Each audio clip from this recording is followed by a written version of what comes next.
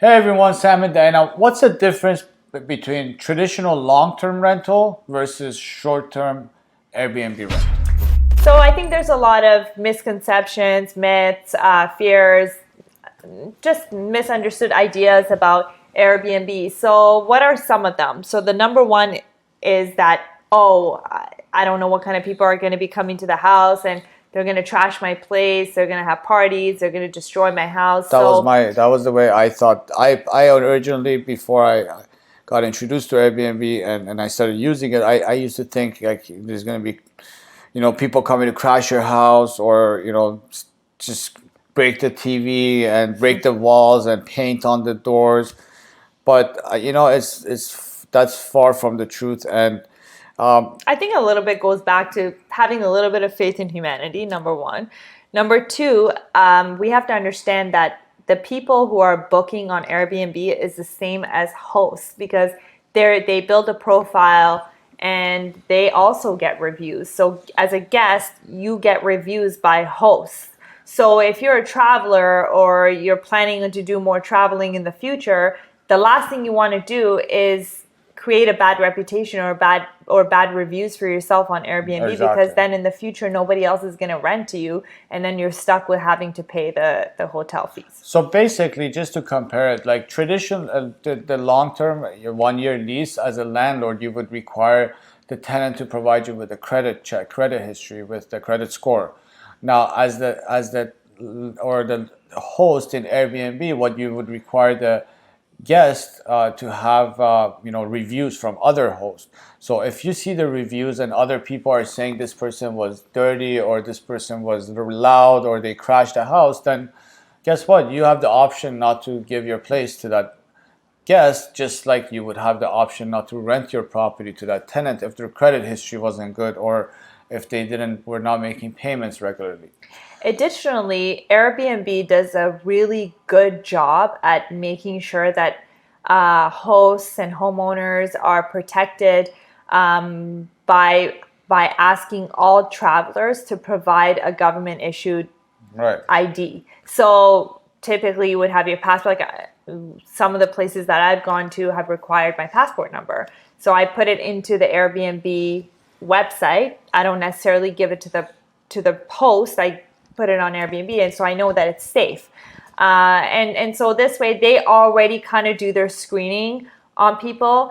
And Airbnb also has people monitoring this 24 hours a day, 7 days a week. So if Right. they sense something is a little bit fishy, they immediately cancel the reservation and let you know. Like we had one of our reservations, it was our first one, and we were really excited because we had just gotten somebody to book, but Airbnb immediately Cancel it. yeah, they canceled it because they recognized some, I guess they know what to look for. They noticed some red flags, so they immediately canceled it and let us know. So we Right. appreciate that there is protection on Airbnb and you're not So the gonna. same way, basically, like when the way you would take the payments is like the 1-year lease, they would give you first and last, and then they would pay you post dated checks for the additional 10 months. Hopefully, that's what you're doing if you're renting out, making sure that you get the post dated checks.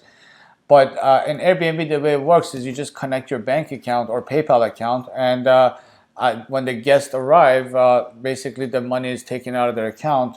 And Airbnb, so basically you're dealing with Airbnb. You never have any problems collecting your money because you're Yeah, dealing with you're Airbnb. never dealing, like money is never traded between host and guest. Everything goes through the Airbnb system. The Right, host is paid through Airbnb. The guest pays Airbnb. So right. everything is going through their system. And the best part is that as a host, like you charge the cleaning fee, so the guests basically pay for the cleaning fee. So you're able to have every time a guest leaves, they just pay for the cleaning fee, and it doesn't cost you any additional money, but you're able to always keep the house clean and good for. Also, one other thing to remember is if you're worried about damages and things like that, you can collect a deposit from every guest. Right. So, and this number can be whatever number you think is fair. We don't recommend a really high number that's unreasonable, but you can collect deposit. And also, if at any time the property is damaged by a guest, Airbnb will go back and get the money from them, but we're insured. Hosts are Right. insured. So for any damages, Airbnb will collect that money for you. That's right. Yeah. That's right. And also other important. So what else is like basically the difference? The some of difference, differences? yeah. Well, some of the differences, again, not to discourage anyone if you're having regular tenants, you can do that if you want, if you don't want to go through the Airbnb route. But one of the things that I like about renting my place on Airbnb is the wear and tear. Typically, you don't have, Airbnb guests, when they stay at a place, they really just need a place to stay. They're using the shower. They're using some towels that you leave for them. They're kind of just using the bed. Maybe the coffee maker, whatever. Just really basic things, the kettle. But they're not really doing heavy cooking and doing loads and loads of laundry. Nobody really does that at Airbnb unless you're staying for a longer period of time. And even then, you're still not really using it that much. When I stay at Airbnbs or you stay, I don't know. I mean, I just go out to eat. So typically the wear and tear on a house is a lot less. Right. So those are good to know. If you guys have any other questions or any you want to know the difference, or just leave your comments below. But more importantly, if you do find these videos useful, make sure you subscribe to our channel and turn on the notification. Thanks. And share it. Thanks for watching. Hey, if you're interested in creating cash flow using Airbnb, but you're too busy like us and you don't have the time to do all of these things, we have created a mastermind workshop where we're going to teach you how to automate the whole process, where you can literally make thousands of dollars every month consistently using Airbnb and your smartphone to run this whole business on the side.